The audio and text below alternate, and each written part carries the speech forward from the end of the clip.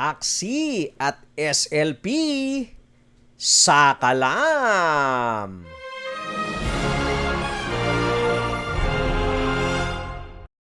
What's up mga titos and titas? Welcome to Tito Vlogs Crypto Channel. Ngayong gabi, pagkukwentuhan natin si Axie. Yan. Siyempre, nandyan si SLP at mawawala ba si BTC. Let's have a short prayer bago po tayo magsimula. Dear Lord, we praise and glorify you for your faithfulness and provision. We ask you to bless us and guide us as we explore this exciting world of cryptocurrencies. All this we ask in Jesus' name. Amen, amen, amen! Mga titos and titas, kung naligaw lang ho kayo dito sa ating channel, ito pong Tito Vlogs Crypto Channel, second channel na natin to ha. Opo, tungkol to, nakafocus tayo, cryptocurrency, kaya kung naghahanap kayo ng kakwentuhan, natatambayan sa Cryptoverse, welcome na welcome po kayo. Pwede nyo i-click yung subscribe button at isama ninyo yung sana all sa notification bell dahil tuwing Monday to Friday, ay nagla-live tambayan tayo. Live stream po, 10:30 to 11:30. Pwede ho kayong magtanong at makipagkulitan sa mga tambay sa Cryptoverse. Kung bago lang naman po kayo dito, meron tayong Crypto Starter Kit. Yung link nasa dulo ng video na to. Kung mag-o-open kayo ng account sa Binance, pwede nyo rin gamitin yung ating tambayan na referral link para makakuha kayo ng automatic 10% rebate sa kada trade po ninyo ha mga titos and titas. Yung commission do sa trade ninyo, ibabalik ni Binance sa inyo 10% pag nalaman nila na kayo ay standby sa TBCC. Simulan natin ang ating kwentuhan ngayong gabi sa pamamagitan ng pagbomba ng like button ha mga titos and titas. Una muna, ito po, balita galing sa CoinDesk. For Filipinos, Axie Infinity is more than a crypto game. The popular Axie Infinity play-to-earn game has a big following in the Philippines. One local innovation, renting NFTs to other players so they can earn too. No? Axie Infinity is not an easy game to play, nor it is simple to cash out your in-game earnings. But never mind, this play-to-earn NFT game is spreading like wildfire in the Philippines. Yan na mga titos at titas, no? So, teka muna. Parang may sinasabi dito no? Today, the Philippines is the number one source of traffic. Hindi sa kita nyo na, no? Number one source of traffic daw tayo, ha? Hindi lang sa EDSA yan, ha? For Axie Infinity globally, no? According to growth statistics supplied by Sky Mavis, the game's developer, more than 29,000 people have downloaded Axie in the Philippines, up to around 10,000 in March. That's compared to a total of 70,000 downloads around the world. So halos kalahati ng players. Hindi, more than, no? Tama ba? 39,000 to pagka tinotal mo eh. At 29, halos pala 29,000, no? Halos kalahati ng players around the world ay Pilipino, di ba? Kaya matraffic ngayon diyan dito sa Axie ha. Nakakatuwang isipin na tayo po ay nasasama sa mga ganitong balita kahit na hindi naman tayo number one din talaga sa technology, no? It just goes to show, no, na tayong mga Pilipino ay open to opportunities. Yan po yung isa, no? Even sa crypto, laging nakakwento ko naman sa iyo, nababanggit ang Pilipinas, no? Open tayo at nag-i-explore tayo ng mga iba't ibang opportunities, no, mga titos and titas. Kaya congratulations sa lahat ng mga sakalam dito sa Axie. So, ito pong Axie, meron tayong sa dulo na lang ng video na to. Lalagay ko po yung interview natin do sa dalawang Axie player na Tito Natix at inexplain po nila yung kung paano kumita din dito sa Axie. So mamaya sisilipin natin yung chart matapos po nitong susunod na tabalits galing sa Crypto Potato. Regulations could be healthy for crypto, says Bitman's former CEO Jihan Wu. If watchdogs succeed in implementing clear cryptocurrency regulations, the entire industry could prosper asserted the former CEO of Bitmain. Jihan Wu, the founder or former CEO of crypto mining company Bitmain, believes regulations are necessary for the cryptocurrency industry. In fact, they could be beneficial for the space as it could isolate it from bad sectors and fraudulent activities. O ba, ang ganda ng point ni Tito Jihan, ha? So ito po, naririnig nyo din naman kay Tito. Sinisugundahan pa tayo ni Tito Jihan, di ba? Very much welcome po ang regulation sa crypto. Kung si Tito Jihan ay sinasabi niya na yes, tama, pwedeng ma-prevent no, yung mga may masamang balak, yung mga may maiitim na balak sa crypto. Pagka may regulation, kahit paano, mapipigilan, hindi man 100%, no? Pero ako, ang tinitignan ko sa regulation, pagka po nagkaroon yan, is yung pagpasok ng institution. Kasi yan ang hinahanap nila eh. Na, hindi naman basta-basta papasok yan kung walang regulation. So, pagka nagkaroon yan at nagkaroon ng regulation, pumasok yung insti, ayun na. Sagurado, sakalam, happy-happy ang mga early adopters na mga titos and titas. Yan yun eh. Next balita natin. Galing ulit sa Crypto Potato. Glassnode. Bitcoin back in accumulation mode but big move ahead. Lagi ko na naririnig tong big move na to, ha. Kailan kaya yung ahead na yan? Bitcoin markets have remained sideways for almost 2 months now, which if history rhymes, is a precursor to a large move ahead. On-chain analytics provider Glassnode has detailed the current state of Bitcoin network, which appears to be fundamentally strong despite the lethargic price action, labeling it an impressively quiet week. The company confirmed that volatility is diminishing as BTC remained range-bound between 34.9 and 32.5. It is starting to feel like the calm before the storm. As muted and quiet activity appears across both spot derivatives and on-chain metrics.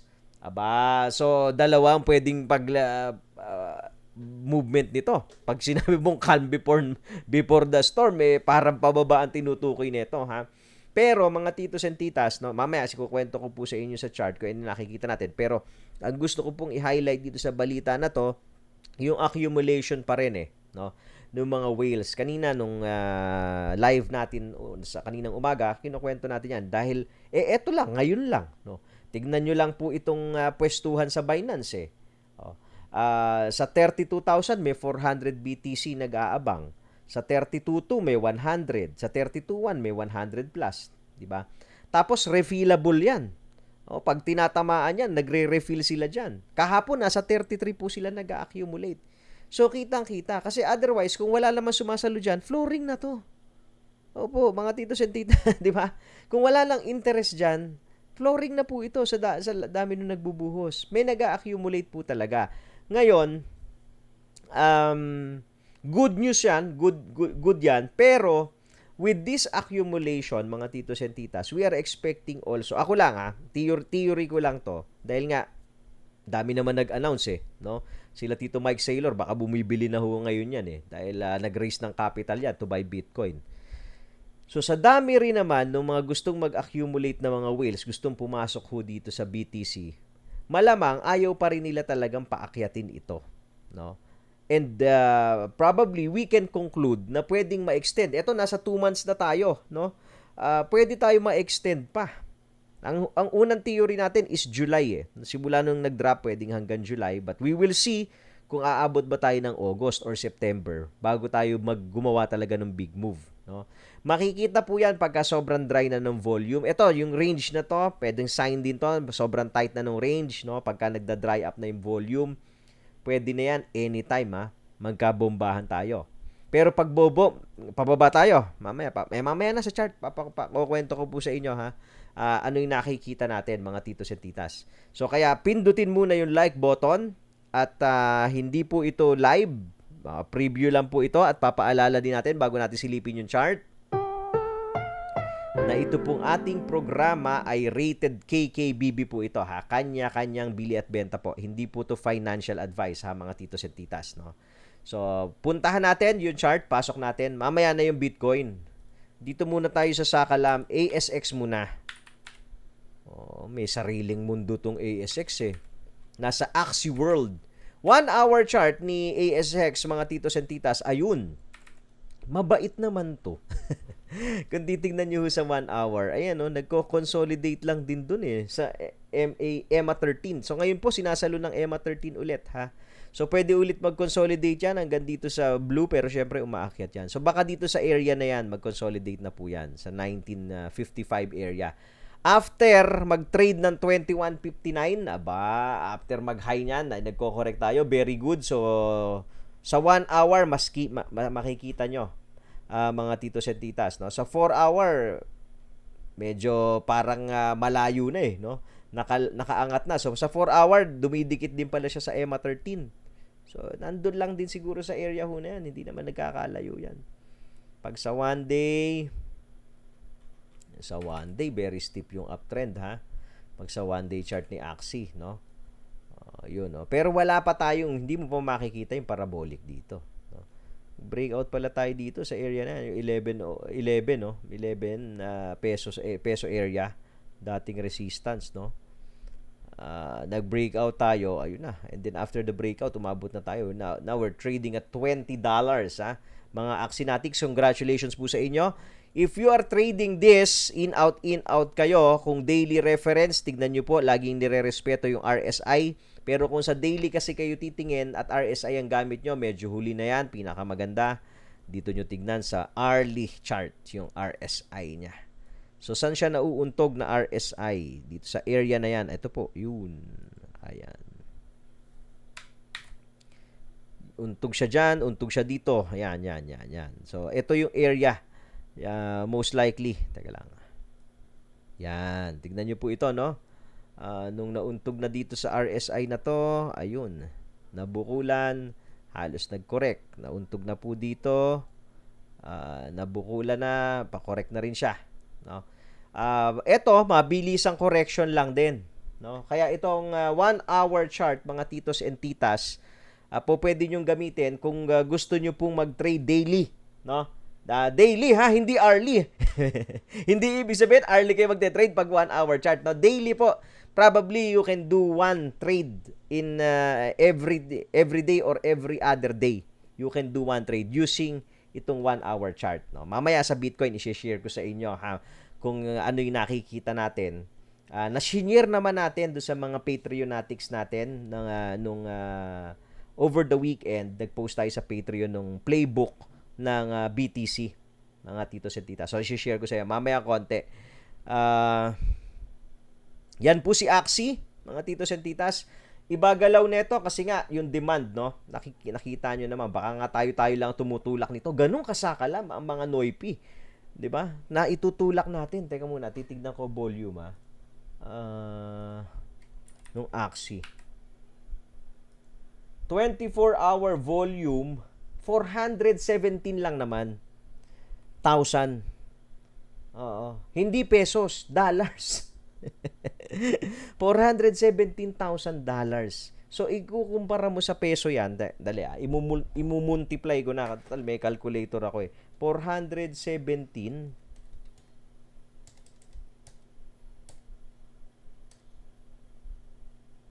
407, tama ba? 400.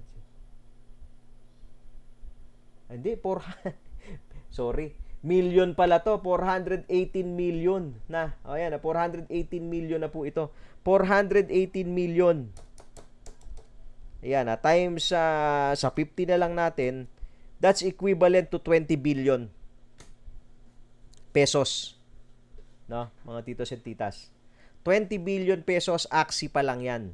Ang PSE natin is trading 4 billion. Kanina 4.7. Diba? Axie pa lang is 5 times larger na. Kasi 24 hours naman yung trading. No? So, what we're trying to point out is the liquidity nandyan.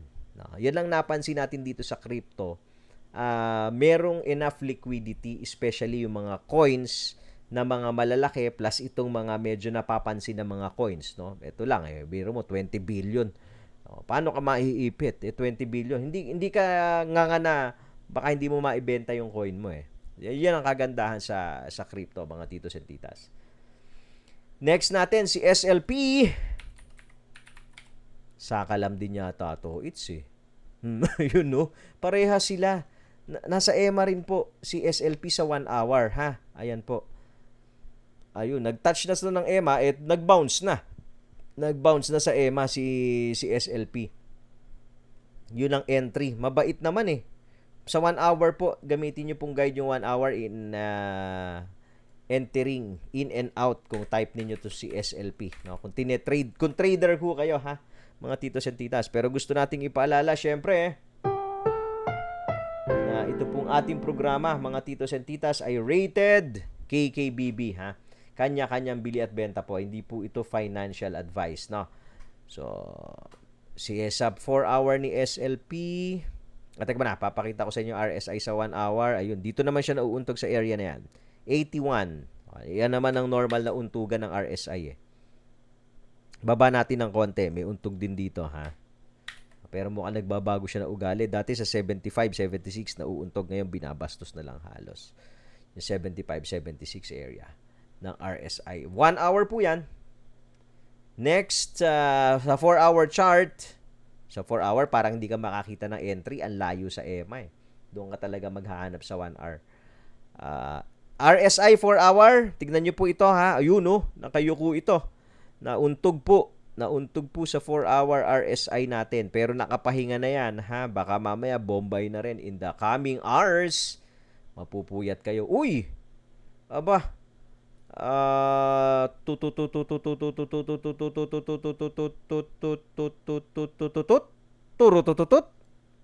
Makeup ito. Makeup.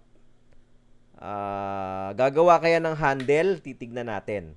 No, so nauntog po doon sa recent high niya, no? Yung sa almost recent high niya, nagiging resistance daily po ito, no? Nakita pala, makeup, parang makeup. Gagawa kay dalawa ang pwede lang gawin ito para sa akin. Either this will form a handle, siguro somewhere here sa 31, ba? O pwedeng isagad dito sa breakout point 27, masyado na malayo sa sobrang lakas eh. Sabi mo na mga 31 ano, and then breakout, 'di ba? Or babastusin na to bukas o mamaya ang konti. Cup na lang, wala nang handle. Diretso na kami, uhaw na kami. Akin na yung cup na yan. Uhaw na daw eh. Diretsohin na. Tignan natin ang liquidity ha, ni SLP. Si SLP naman po, ang volume is 189 million. 189 million. Dollars to ha. 189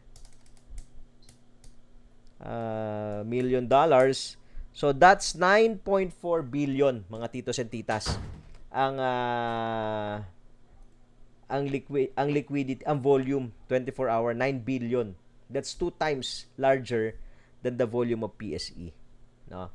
So ganito kasakalam ito. Dalawa pa lang coin na pinag-uusapan natin dito sa crypto dito ha. Dalawang coin pa lang 'yan. Na related sa isa't isa na mga titos and titas. Silipin natin tong Bitcoin. Silipin natin. Ito, last na po ito ha.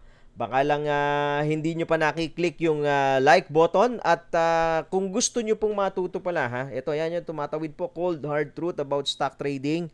Nagbabalik po due to consistent public demand. Nagbabalik po ang cold hard truth about stock trading na webinar natin mga titos and titas. Gusto ko kayong imbitahan ng mind setting kung gusto niyo, kung kayo po ay seryoso.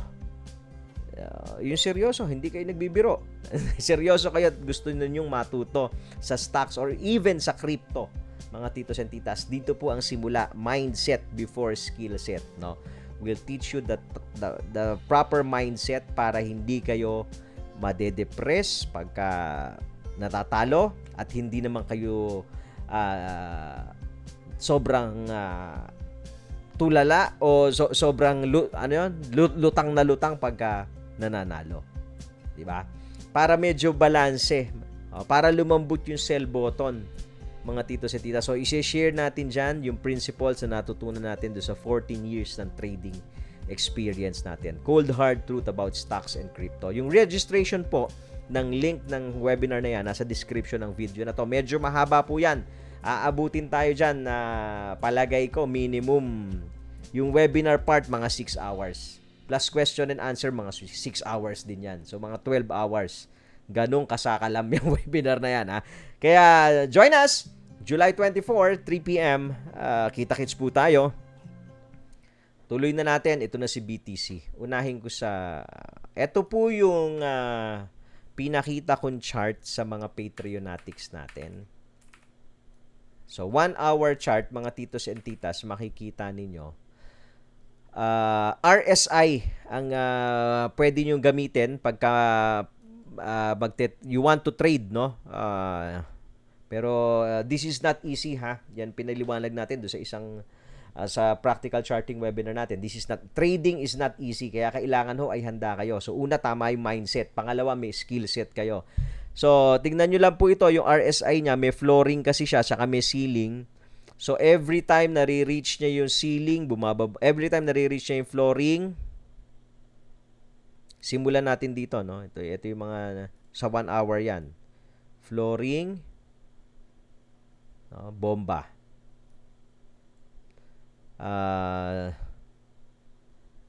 Ito pa, flooring, bomba, diba? Tapos ceiling naman, ito po yung ceiling, yan, ceiling, yan, ceiling, buhos. Diba? Ito po, ceiling din. Ito, konso, hindi masyadong bumuhos to. No? Ito, ceiling. Kita nyo po, ito, ceiling po, di ba? Buhos. So, ngayon, nasa flooring ho ulit tayo. Hindi yan 100% perfect and no such thing. Kahit anong indicator ho gamitin nyo, walang perfectong indicator. Kaya papasok ho dito yung gut feel. Kaya yan na sinabi natin sa mga solid Patreonatics natin, eh. Pagaganahin nyo ho yung gut feel ninyo, no? Dahil yan ay hindi 100%. But at least meron kayong guide. Ang iniiwasan natin dito, yung maagang, una-una, iniiwasan natin yung nasi-shake out. Pagka nagkakabuhusan na, katulad kanina, biglang nagkakabuhusan, nasa flooring eh. Yung RSI eh. Diba? So, pwedeng papakiramdaman mo, babagsak pa ba? Pag bumagsak, hanggang saan pa ba to? Pag bumagsak, nasa flooring na. Diba? So, para hindi ka nasi-shake out pag binubuhusan, dahil nakikita mo na, alos nasa flooring RSI. And at the same time, mga titos and titas, hindi ka naman napapabili ng alanganin. Diba? Kasi yung iba, dito papasok, oh. Naku, aakyat na, dito bibili. Oh, nasa gitna yung RSI, sandwich zone, diba? Oh, pagka nandito naman, bibili dito. Oh, nasa dulo. Ayan na. Oh, tapos biglang bubuhusan. So, kahit papano, pwede pong ma-improve yung inyong entry, no? And maiwasan kahit papano yung shake out kung may hawak na po kayo. Pero again, hindi ho madali yan, no? Kaya kailangan mag-aaral. So, dun sa webinar natin, Cold Hard Truth About Stock Trading, isa sa importanteng component if you want to trade is you should know how to sell, how to cut loss. So, tuturo po natin doon. How are you going to cut loss? Na hindi masyadong ma-emotion. Yung iba, hindi mabitawan pagkalugi, hindi makita eh. So, we'll teach you the technique, no, yung na-discover natin. Ano yung principle na ina-apply natin. Bakit ganong kalambutan sell button ni Tito? Yun. So, ayan po ang BTC sa 1 hour. So, lipat tayo, ha? So, sa 1 hour, you can use yung RSI as reference plus your gut feel. Okay? Sa 4 hour, alisin ko lang itong mga pinagguguhit ko rito. Sa 4-hour chart po natin,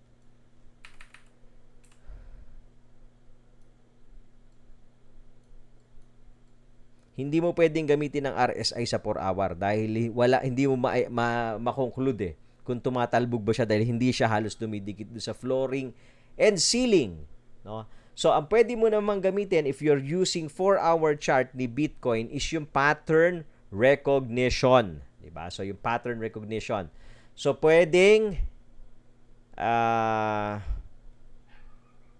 nandito na ba tayo? Diba? Nakikita mo to. Pwede pong after this kasi usually sa 4-hour, no? Ito pala gusto kong pakita sa inyo. Pag nakakita po kayo nung halos dikit-dikit na candle, yan. No? After mga drops. Yan, yan, yan. Yung halos magkakadikit na candle. No? So ito, galing din po ng drop ito. Ayan. Sa 4 hour, ayan na. No? Parang nagkakadikit-dikit na sila dito. Nag-grouping sila. So pwede ho yun. Makikita ninyo, baka malapit na. No? Baka nandun na yung support. Kasi makikita nyo, may support po dun sa area na yon. May isa pa tayong support na tinitignan dito. Yung 32. Ito po yan. Price-wise, no? Yung 32. Last time, dyan tayo tumalbog. So, ngayon, hindi pa natin tinatouch po yan, ha? Yan, 32 area. So, kaya, dyan sa 4-hour chart. So, tignan natin, merong 400 BTC na nakaabang dyan. Just in case, tagusin niya ng 42, tignan nyo po itong falling wedge na dinrowing ko. Teka muna. Kung tama itong falling wedge, ay pwede na tayong diretsuhin to. Matagal-tagal na nating hindi natatouch itong wedge. Nasa 31.6 lang to. No, kumbaga, so ngayon, ganito po. No? Let's say 32.5. Ang downside mo, kukumpute mo 32.5, may hawak ka. Dahil nakita mo RSI 1 hour, pwede umentry. Diba? Ano downside mo pagpasok mo? $1,000. $1,000. Yun, ito, yan. Kung sakaling babagsak. Diba? Kasi malamang sasaluhin yan itong dulo ng wedge. No? Kung sakaling aakyat naman, nandun ka sa taas ng wedge, so from 32.5 to 34, meron kang 1,500 na upside. So, yun yung risk-reward ratio, no? Na kina-calculate mo pagka when you enter your trade, no, mga titos and titas. So, yan, sa 4-hour yan, sa 4-hour chart, no? Kung sakaling hindi ka mag-bounce dyan at wala pala tong 32 na to, ampaw pala, walang laman, bagsak na tayo. Konti na lang kasi, 32, 31.6 eh. Ako, mas maganda, i-bounce dyan na tayo rito, 31.6. Diba? Kung nasa ba tayo ngayon? Nasa 32, 32 na yan, layo pa pala. 31.6 eh, no? Kasi kung itatouch yung 32, might as well go to 30. Dito na, touch na tong, mag-bounce na tayo rito.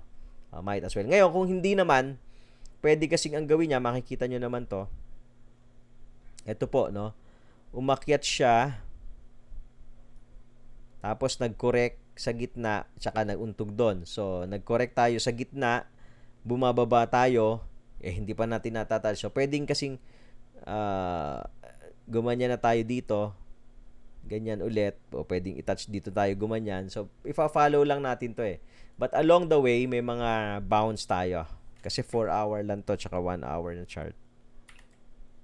So, along the way, sa gitna po nito, may mga talbugang nangyayari. Ayan po. Talbugan at bombahan sa gitna, ha. Ayan, mga titos and titas. So we are trading in between this falling wedge. Again, falling wedge po is a bullish pattern, ha. But layo pa rin eh. Ang dulo nito kung ito na nga dulo, July 30. Titignan natin. Medyo hindi pa, malayo pa to. Nakabuka pa. Ayun. Paano, mga titos and titas? Asan ba yun? Yan po, panoorin nyo po yung starter kit natin, ha? At saka yung paano magsimula using Binance. Ayan din po, mga titos and titas. Maraming salamat po ulit at magkita-kita tayo bukas. As always, trade wisely. Bye!